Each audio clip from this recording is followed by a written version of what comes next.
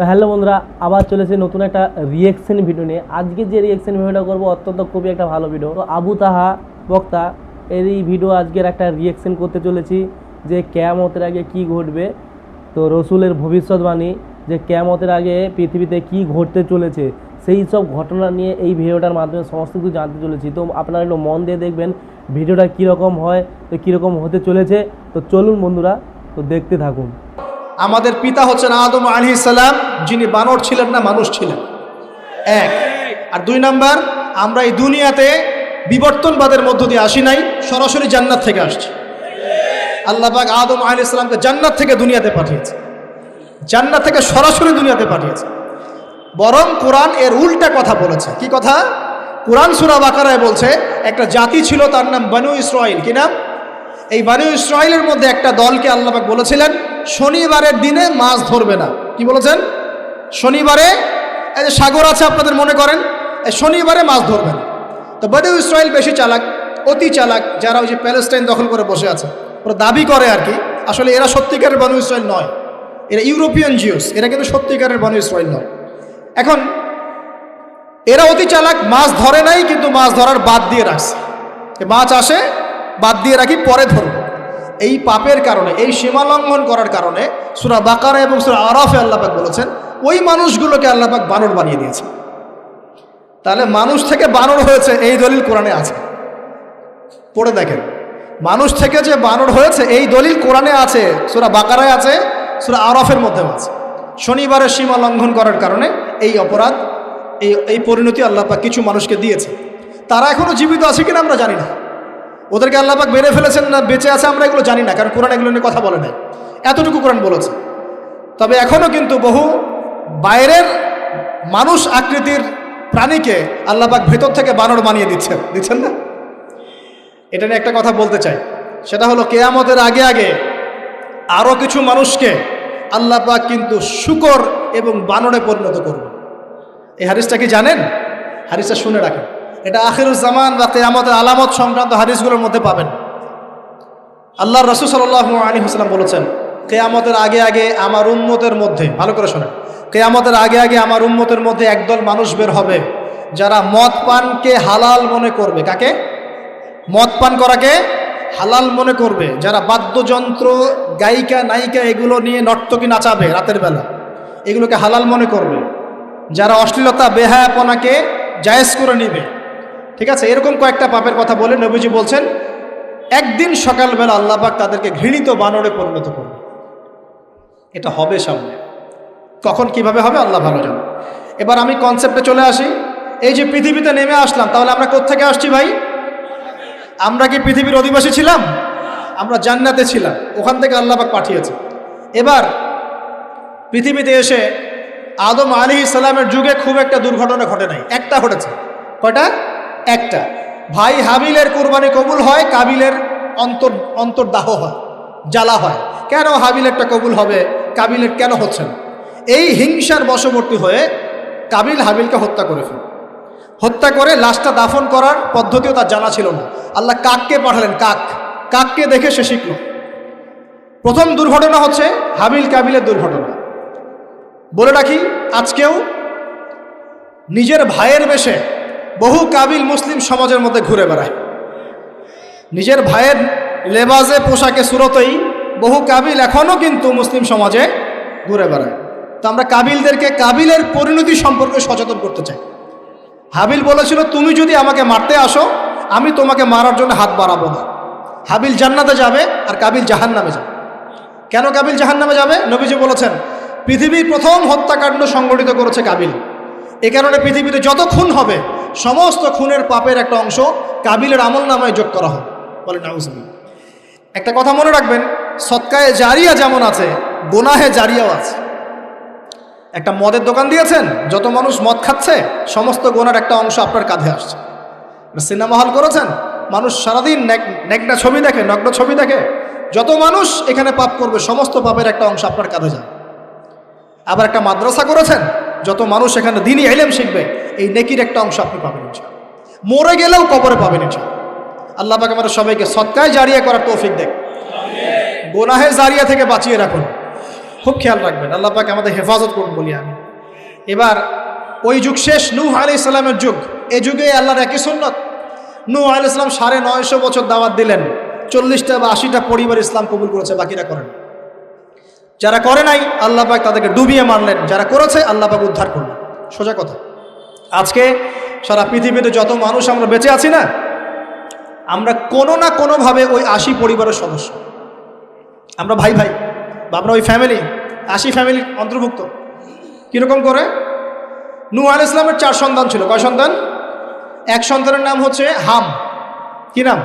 হাম। হাম ছিল একটু কালো বর্ণের।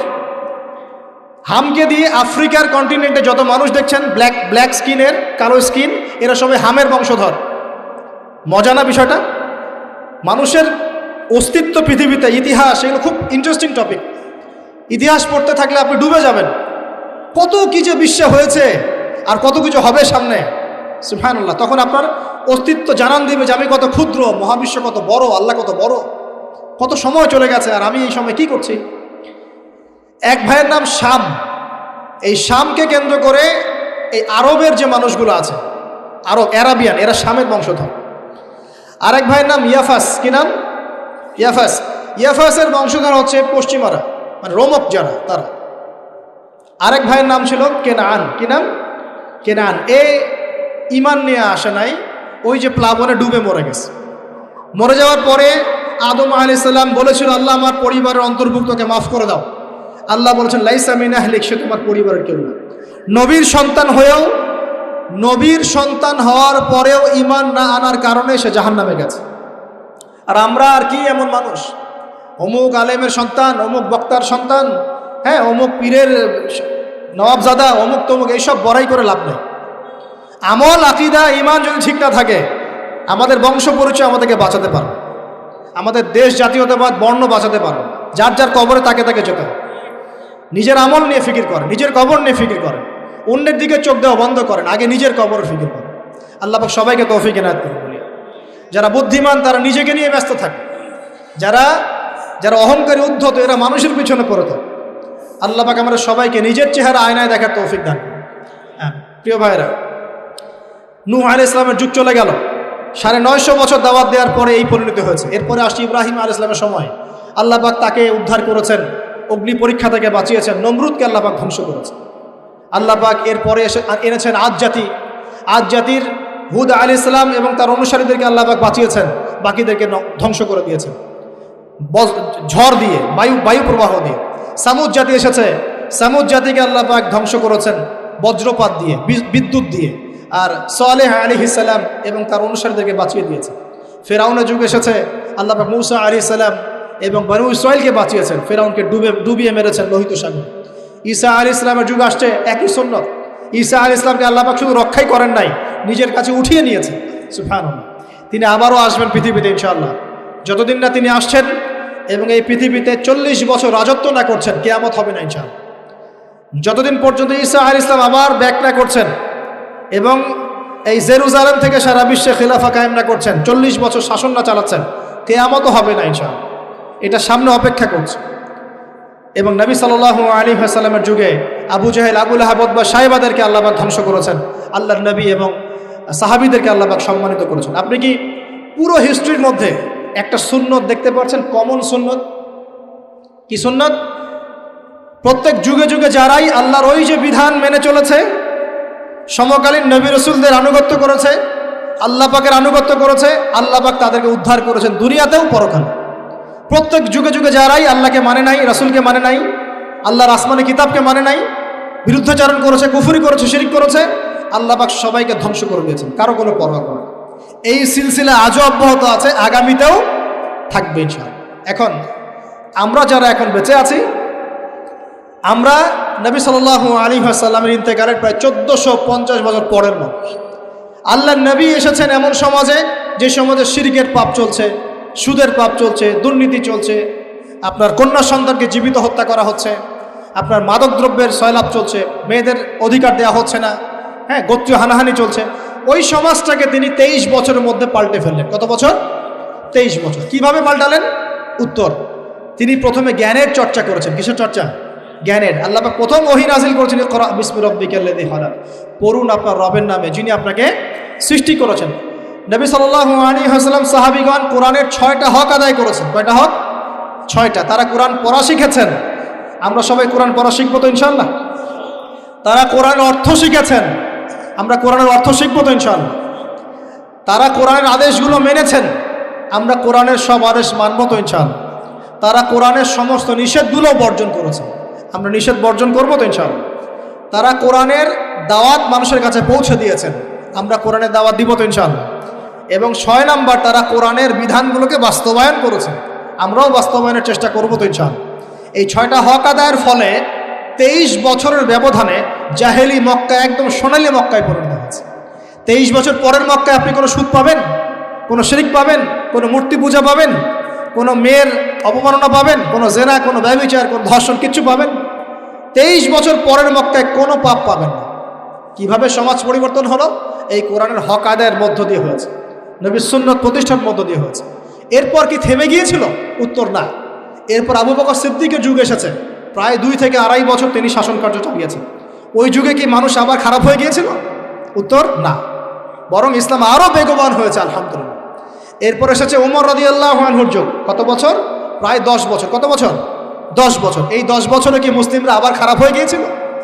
উমর রাদিয়াল্লাহু আনহুর কোর্টের মধ্যে কি প্রতিদিন কেস আসতো? সারা বছরে একটা কেসও আসতো না।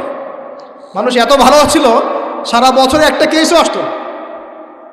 বরং যারা রাষ্ট্রীয় পর্যায়ে দায়িত্বশীল ছিল তারা এসে বলতো যে আমাদের ভাতাগুলো বন্ধ করে দেন, বসে বসে বেতন নিব কেন, কোনো তো কেসই আসে না, বসে থাকবো কেন? এরকম সমাজ ছিল। একজন ব্যক্তি খুঁজে পাওয়া যেত না যে নামাজ পড়ে না, একজন মুসলিম পাওয়া যেত না যে যাকাত দেয় না সামর্থ্য থাকলে, এমন মুসলিম খুঁজে পাওয়া যেত না যে কোরআন পড়তে জানে না, হাদিসের চর্চা করে না, যে দাওয়াতি কাজ করে না, যে আল্লাহর পথে দাওয়াত এবং জিহাদে আত্মনিয়োগ করে না, এমন মুসলিমই খুঁজে পাওয়া যেত। এরপরে আসলো উসমান রাদিয়াল্লাহু আনহুর যুগ। ওই যুগে ফিতনা শেষের দিকে সৃষ্টি হওয়া শুরু হয়। কোন বিষয়কে কেন্দ্র করে? কোরআন সংকলনকে কেন্দ্র করে ফিতনা সৃষ্টি হলো। আতাতায়ীদের, বিদ্রোহীদের হাতে উসমান রাদিয়াল্লাহু আনহুকে নির্মমভাবে শাহাদাত বরণ করতে হয়েছে। তিনি প্রায় 12 বছর শাসন কার্য চালিয়েছেন। ইসলাম আরও এগিয়ে গেছে। এরপর এসেছে আলী রাদিয়াল্লাহু আনহুর যুগ। আলী রাদিয়াল্লাহু আনহুর খেলাফতে ওই উসমান রাদিয়াল্লাহু আনহুর ঘটনাকে কেন্দ্র করে, হত্যাকাণ্ডকে কেন্দ্র করে মুয়াবিয়া রাদিয়াল্লাহু আনহু এবং আলী রাদিয়াল্লাহু আনহুর মাঝখানে একটা ব্যাটল, একটা যুদ্ধ হয়ে গেছে। এর নাম হলো সিফফিনের যুদ্ধ। কিসের যুদ্ধ? সিফফিন। যাই হোক, এক পর্যায়ে আলী রাদিয়াল্লাহু আনহুকে এরকম বিদ্রোহীদের হাতে, খারেজিদের হাতে শহীদ হতে হয়।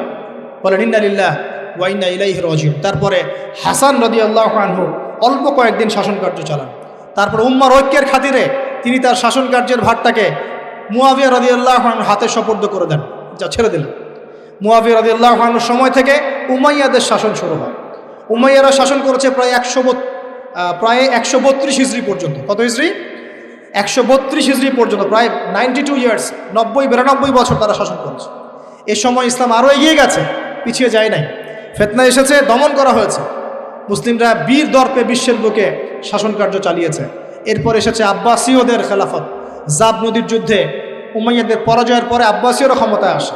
তারাও ইসলামকে এগিয়ে নেওয়ার চেষ্টা করছিল, ইসলাম এগিয়ে যাচ্ছিল, জ্ঞান বিজ্ঞানের প্রসার হচ্ছিল। আলহামদুলিল্লাহ, ইসলাম পিছিয়ে যায় নাই, মুসলিমরা পিছিয়ে যায় নাই। সারা বিশ্বে দাপটের সাথে আমরা চলেছি। তারপর আস্তে আস্তে ওই আব্বাসীয়দের পতন শুরু হলো। কাদের হাতে? এই তাতারিদের হাতে, মঙ্গোলিয়ানদের হাতে। মাত্র 40 দিনের ব্যবধানে পুরো বাগদাদের মধ্যে প্রায় 20 থেকে 25 লক্ষ মানুষকে হত্যা করা হয়েছে।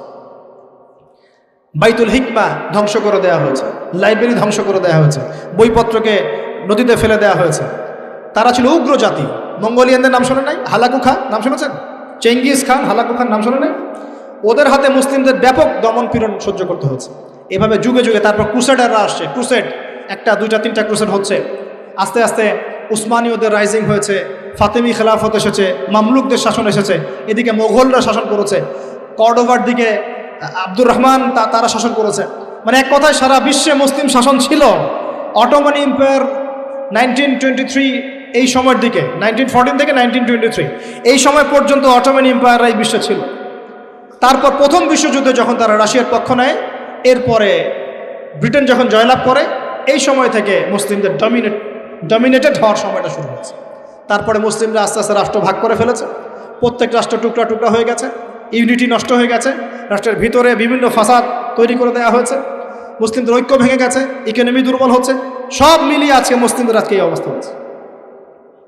আমাদের এখন যুবকরা চিনে না আল্লাহকে, নামাজ পড়তে মানুষ খুঁজে পাওয়া যাচ্ছে না, জাকাত দেওয়ার মানুষ পাওয়া যায় না, রমজান মাসে পার্ট টাইম রোজা রাখে, পার্ট টাইম তারাবি পড়ে, পার্ট টাইম জুমায় আসে, পার্ট টাইম ঈদে নামাজ পড়ে। প্রজন্ম আস্তে আস্তে এই জায়গায় চলে আসছে, আল্লাহকে চিনে না, রাসূলকে চিনে না, ইসলামের হিস্ট্রি জানে না, আমাদের শেকড় জানে না। এমনি এমনি হয়নি, লাস্ট 100 বছরে এই জায়গায় আমরা আসছি। লাস্ট 100 বছরের হিস্ট্রি ভালো করে পড়ে দেখবেন, বলার সময় নাই এখানে। লাস্ট 100 বছরের হিস্ট্রি পড়ে দেখবেন যে জায়গায় আমরা ছিলাম সেখান থেকে একদম তলানিতে নেমে চলে আসছি। এখন প্রশ্ন হচ্ছে, এই অবস্থায় কি চিরস্থায়ী থাকবো নাকি এখান থেকে আমরা সামনে যাব? সামনে যে এমনি এমনি যাওয়া হবে না এটা নিশ্চিত। সামনে যাওয়ার জন্য কিছু কাজ এবং ক্রাইটেরিয়া মেনটেন করতে হবে। আমরা জানি এরপরে আসবে ইমামুল মাহদির শাসন, তারপরে আসবে নবী ঈসা আলাইহিস সালামের শাসন, তারপরে দাজ্জালকে মেরে ফেলা হবে। আর দাজ্জালকে মেরে ফেলার আগে দাজ্জাল তার অনুসারীদেরকে নিয়ে বিশ্ব শাসন করবে 40 বছর। 40 বছর না, 40 দিন। 40 দিন। প্রথম দিন হবে 1 বছরের সমান, দ্বিতীয় দিন হচ্ছে 1 মাস, তৃতীয় দিন 1 সপ্তাহের সমান। তারপরে দিনগুলো আমাদের দিনের মতোই। এরপরে ঈসা আলাইহিস সালামের আগমনের মধ্য দিয়ে তার ধ্বংস হবে। এরপর ইয়াজুজ আর মাজুজ বের হবে। ইয়াজুজ আর মাজুজ খুব হিংস্র হবে, তাদেরকে হত্যা করার ক্ষমতা মুসলিমদের থাকবে না। মুসলিমরা তুর পাহাড়ে আশ্রয় নেবে, আল্লাহ পাকের গজবে তাদের ঘাড়ের মধ্যে একটা ভাইরাস জন্ম নেবে, এতে তারা মারা যাবে। বড় বড় নখরওয়ালা প্রাণী আল্লাহ পাঠাবেন, পাখি, এরা এসে এদেরকে উঠিয়ে উঠিয়ে কোনো জায়গায় ফেলে দিবে, মহাবিশ্বের কোনো এক জায়গায় এনে ফেলে দেবে। তারপর আল্লাহ পাক বৃষ্টি বর্ষণ করবেন, প্রচুর বৃষ্টি বর্ষিত হবে এবং বিশ্বের এই জমিনটা উর্বর হবে। তখন একটা ডালিম দেখেছেন ডালিম?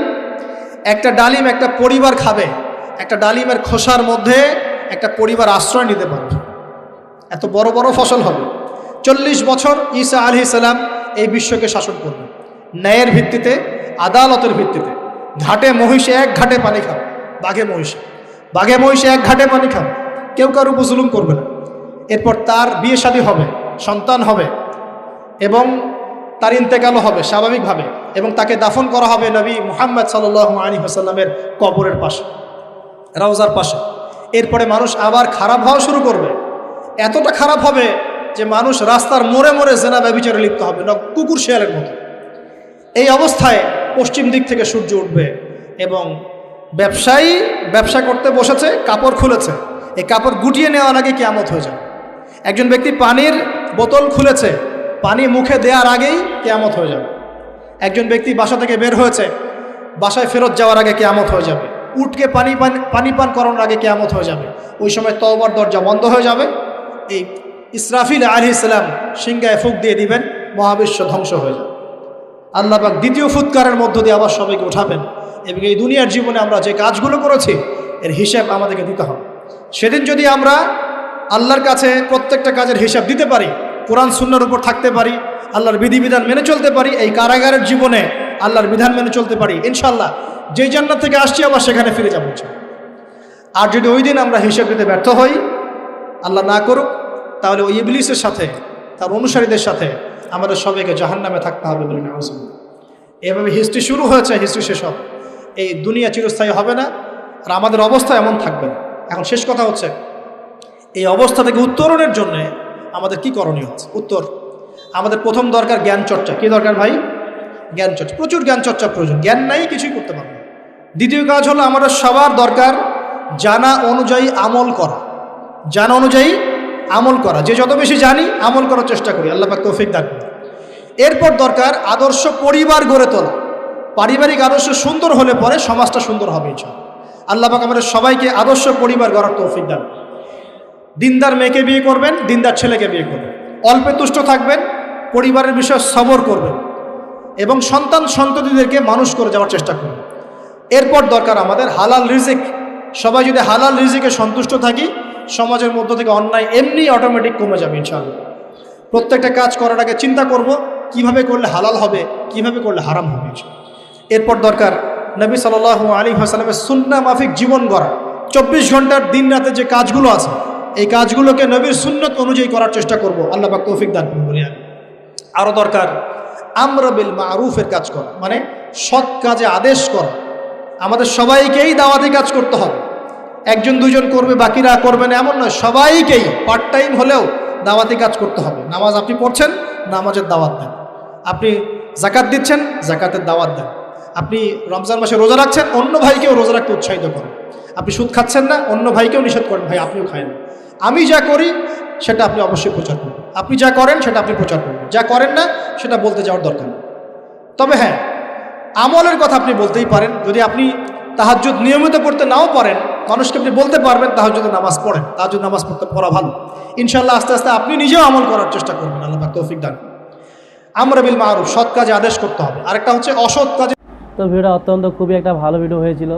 তো ভিডিওটা দেখে খুবই ভালো লাগলো যে কিয়ামতের আগে পৃথিবীতে কি ঘটবে বা রসুলের যে ভবিষ্যৎবাণী এটা কি, সেই সম্পর্কে এই ভিডিওটার মাধ্যমে সমস্ত কিছু জানতে পারলাম। আবু তাহা যে সমস্ত ঘটনাগুলি বললো, খুবই একটা মারাত্মক ঘটনা, শুনে খুবই ভালো লাগলো বন্ধুরা। তো তোমরা মন দিয়ে এই ভিডিওটা দেখবেন। যদি ভিডিওটা ভালো লেগে থাকে লাইক, শেয়ার এবং কমেন্ট করবেন, আদার্স বন্ধুবান্ধবদের শেয়ার করবেন। পরবর্তী ভিডিও আবার আমি নিয়ে আসবো। ওকে বন্ধুরা।